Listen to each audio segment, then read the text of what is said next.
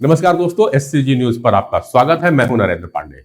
छत्तीसगढ़ में महादेव सट्टा ऐप मामले में सीबीआई ने आज बुधवार को रायपुर, भिलाई और दुर्ग सहित लगभग 50 से ज्यादा जगहों पर एक साथ ताबड़तोड़ छापेमारी की, जिसने पूरे राज्य में हड़कंप मचा दिया है। इस ऑपरेशन में पूर्व मुख्यमंत्री भूपेश बघेल, उनके करीबी सहयोगी, विधायक और कई पुलिस अधिकारी निशाने पे हैं।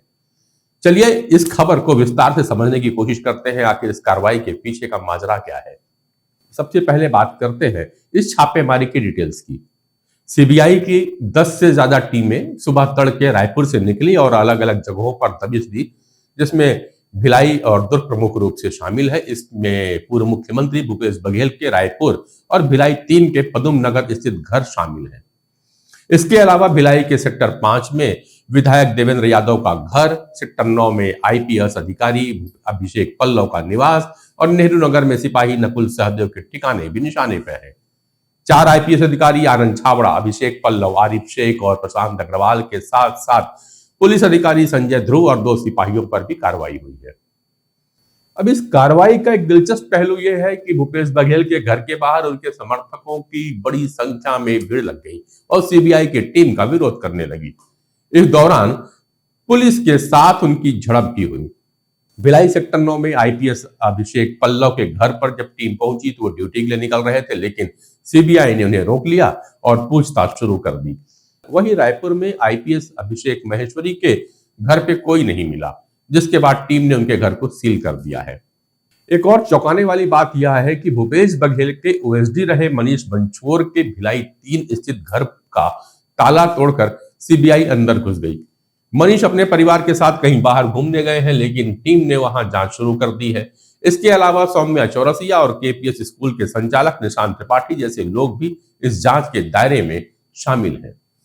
अब सवाल उठता है कि यह महादेव सट्टा ऐप आखिर माजरा क्या है। यह एक ऑनलाइन बेटिंग प्लेटफॉर्म है, जिसके जरिए अवैध सट्टेबाजी और मनी लॉन्ड्रिंग का खेल चल रहा था।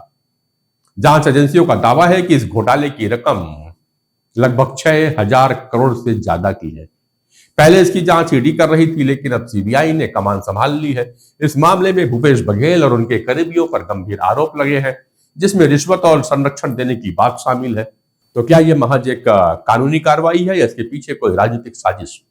भूपेश बघेल और कांग्रेस का कहना है कि बीजेपी की बदले की राजनीति का हिस्सा है। उनका तर्क है कि जब से भूपेश पंजाब के कांग्रेस प्रभारी बने हैं, तब से केंद्र सरकार उन पर निशाना साध रही है। जब से श्री भूपेश बघेल पंजाब के प्रभारी बने हुए हैं, भारतीय जनता पार्टी डर गई। पहले उनके घर में ईडी भेजा गया और आज उनके निवास पर सीबीआई को भेजा गया है। ये भारतीय जनता पार्टी का डर दिखाता है कि भारतीय जनता पार्टी राजनीतिक रूप से मुकाबला नहीं कर पाती तो अपने विरोधियों को केंद्रीय एजेंसियों के माध्यम से डराने का काम करती है। भूपेश बघेल जी डरने वाले नहीं है, ना कांग्रेस पार्टी डरने वाली है।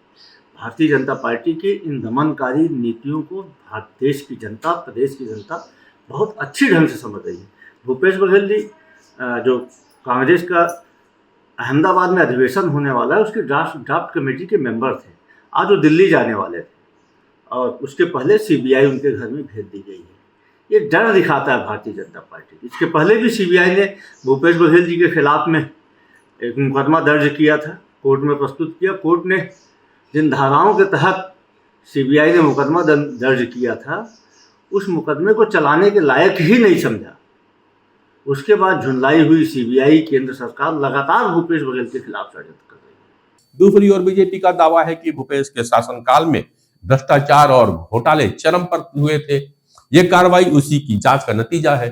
ये कांग्रेस में कुछ लोग ऐसे हैं जिन्होंने कुछ गड़बड़ किया होगा, वो अविश्वास की बात करते हैं, परंतु कांग्रेस ने सदन में पूरे नेता प्रतिपक्ष जी के साथ सबने मिलकर कहा कि हमको सीबीआई की कुछ विषयों पर जांच चाहिए और उस दिशा में उन्होंने कहा कि नहीं होने से हम मुख्यमंत्री प्रधानमंत्री जी तक भी मिलेंगे। गौर करने वाली बात यह भी है कि इसके पहले मार्च में ईडी ने भी भूपेश बघेल और उनके बेटे चैतन्य के ठिकाने पे छापे मारे थे। तब शराब घोटाले की जांच चल रही थी।